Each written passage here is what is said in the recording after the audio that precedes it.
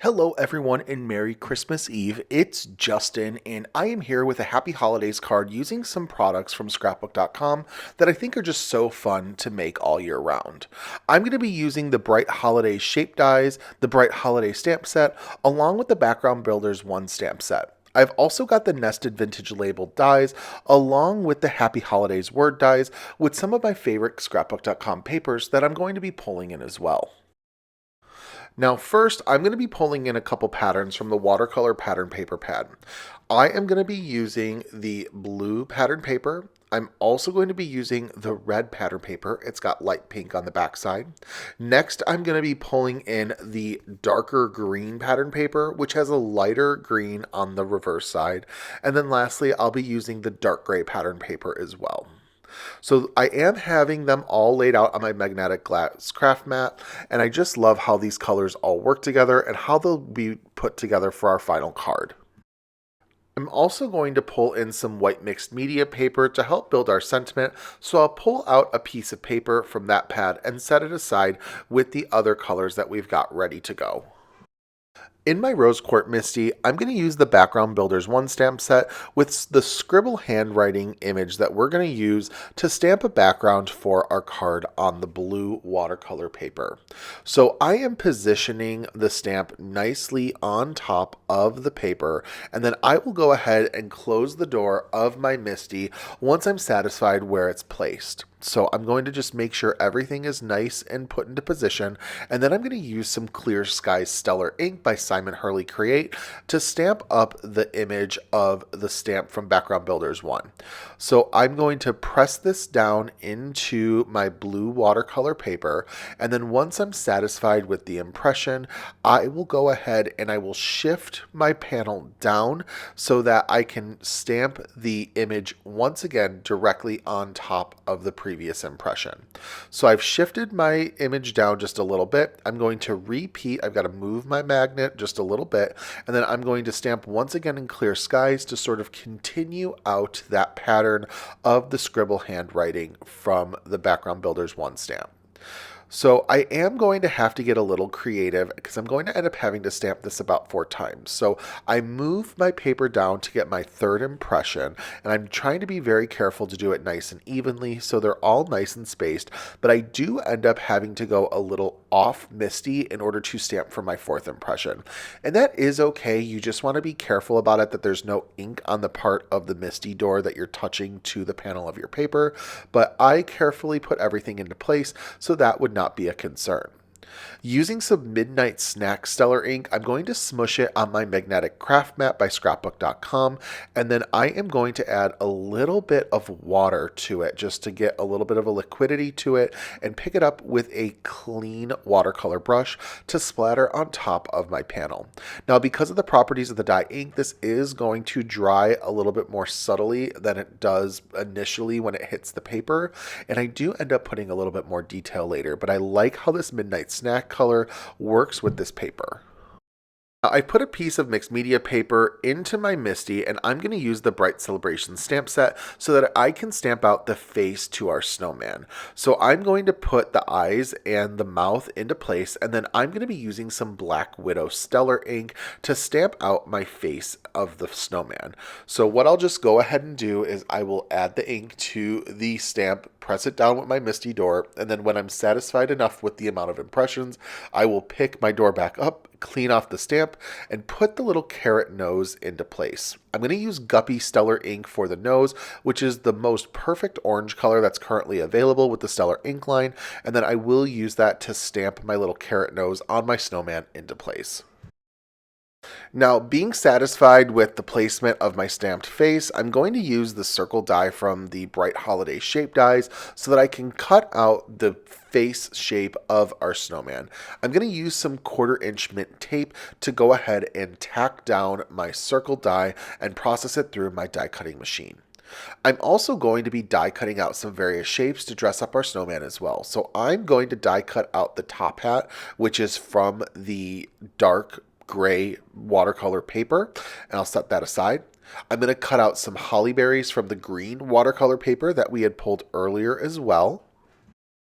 Next, I'm going to use the red watercolor paper, and from the red, I am going to use the scarf image and then also the band that goes across the top hat. So those are going to be die cut from this red watercolor, and I do cut the paper a little bit just so I can save on the real estate of my cutting mats, and then I also flip over the red to reveal the pink watercolor paper, and I'm going to use this to die cut one of the berries for our little holly bundle.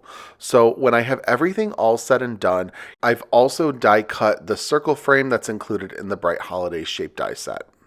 Using Stellar inks and a mini blending tool from Altenew, I am going to blend some Black Widow Stellar ink to the edges of our top hat. Now, because the top hat is more of a gray color, that Black Widow is going to add a really nice darker edge to our die cuts to really amplify that sort of detail and give some fun shading to our die cuts.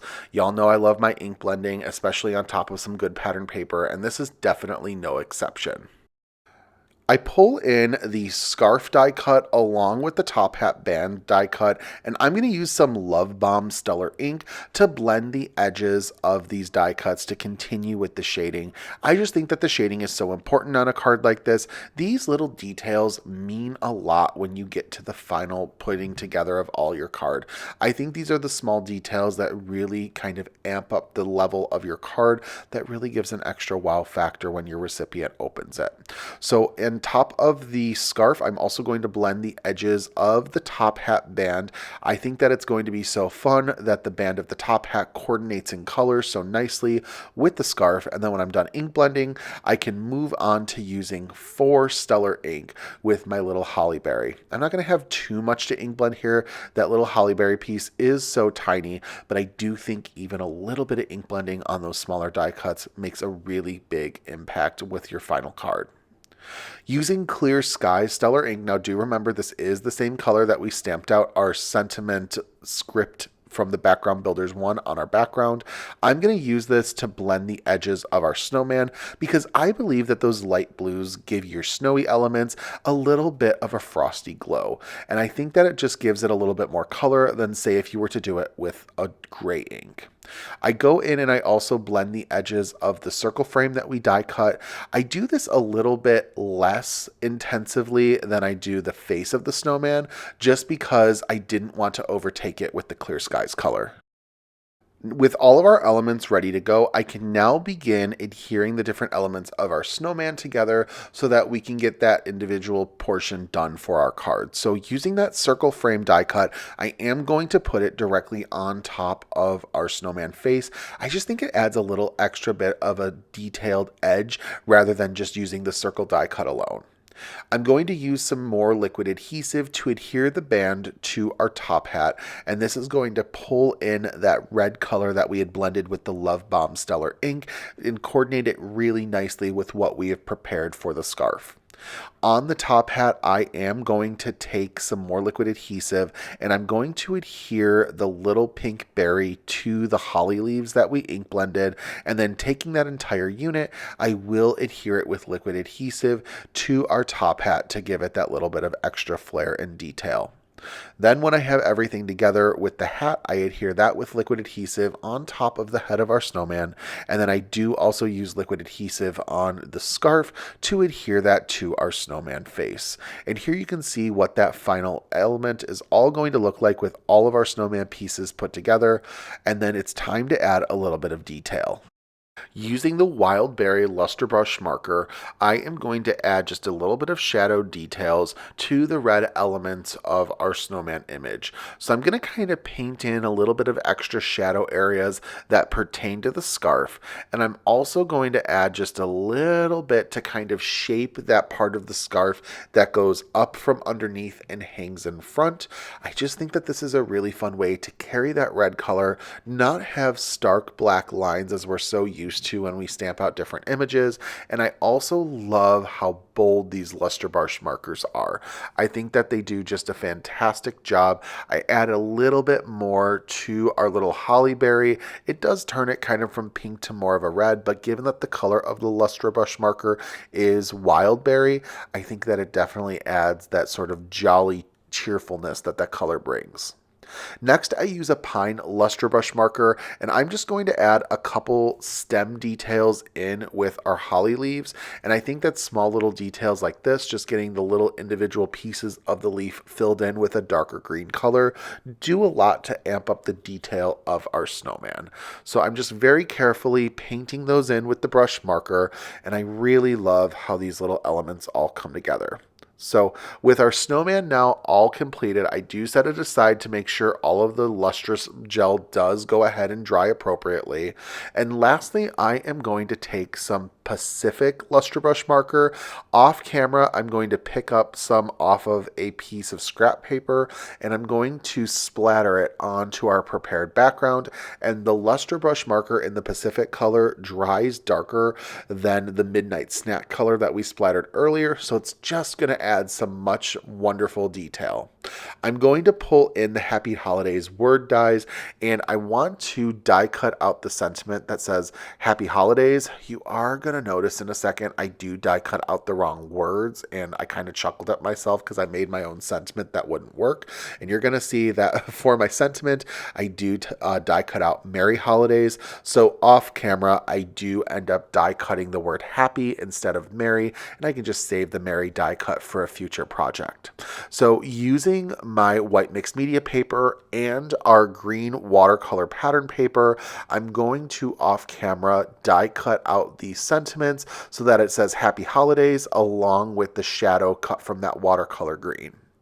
Using a combination of my scrapbook.com craft tweezers along with my Misty Precision glue press to adhere liquid adhesive, I do begin the process of piecing my sentiments together. Now, one thing that's interesting about these sentiments is that the words are broken up a little bit. It's not just one unit per word. So you're going to kind of have to be careful with your placement of them. But I also kind of like that the words are broken up because it gives you more opportunity to ensure that the letters are all perfectly lined up. So maybe you may have slightly put holidays over a little bit, but you can kind of compensate that by using the last part of the letters to make them a little less closer, and the final result looks great. Now, one item I always do like to point out, this is a sentiment that has a dot above the I. Make sure to keep track of that so you don't lose it, so you find yourself die cutting it out multiple times. So just a friendly reminder, if you're like me, that dot on the I does go missing quite often. So I get my Happy Holiday sentiment all situated, and then I am ready to move into one last element to get everything together. So I'm going to pull out some scrapbook.com vellum along with the nested vintage label dies, and I want to add one last element to this card that I think is really going to help our background. I love working with vellum. It's a little bit of a fickle material, but I thought that if we use the second largest vintage label die and die cut that from vellum, it would work really nicely to add a little bit of a frosty element to the background of our card that we can lay right on top of that stamped background. So I'm kind of mapping out where I want my elements to go, and I pull in some 3mm foam strips that I put on the back of our sentiment and our snowman. Now, I did adhere the sentiment and the snowman together to make one unit, just with a very, very little bit of liquid adhesive, and then I'm going in with this foam tape. I've doubled it up a little bit just to get a little bit better coverage, and I put everything into place. Now, I do decide to put some Celeste Sparkle Spots by Trinity Stamps onto my card. Two reasons for this. First, I love my sparkle spots. I use them all the time. Trinity Stamps' collection of embellishments is absolutely fantastic, and I can rarely resist the opportunity to put a little bit of sparkle on my project.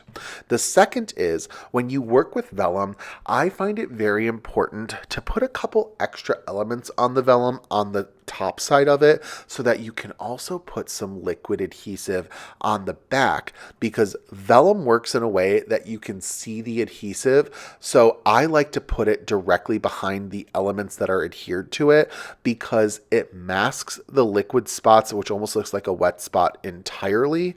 And it also works as areas that I'm able to put extra adhesive to ensure that my vellum is staying nicely in place. So I'm very carefully putting my liquid adhesive adhesive in spots that are going to be covered up by other elements of my card. I'm not doing a coverall where I'm covering up the entire back of it because that is going to show just like a messy wet spot. And then I'm taking my Happy Holiday Sentiment Snowman unit and I take the foam tape backing off and begin the process of placing it onto my card front.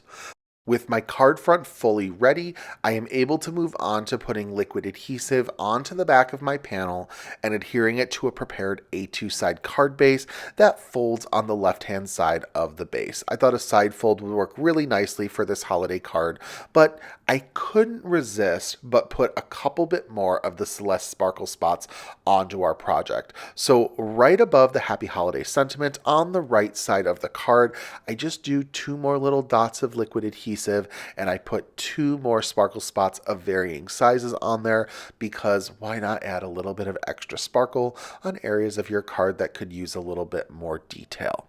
So with those 2 additional sparkle spots nicely into place, my Happy Holiday Snowman card is fully completed.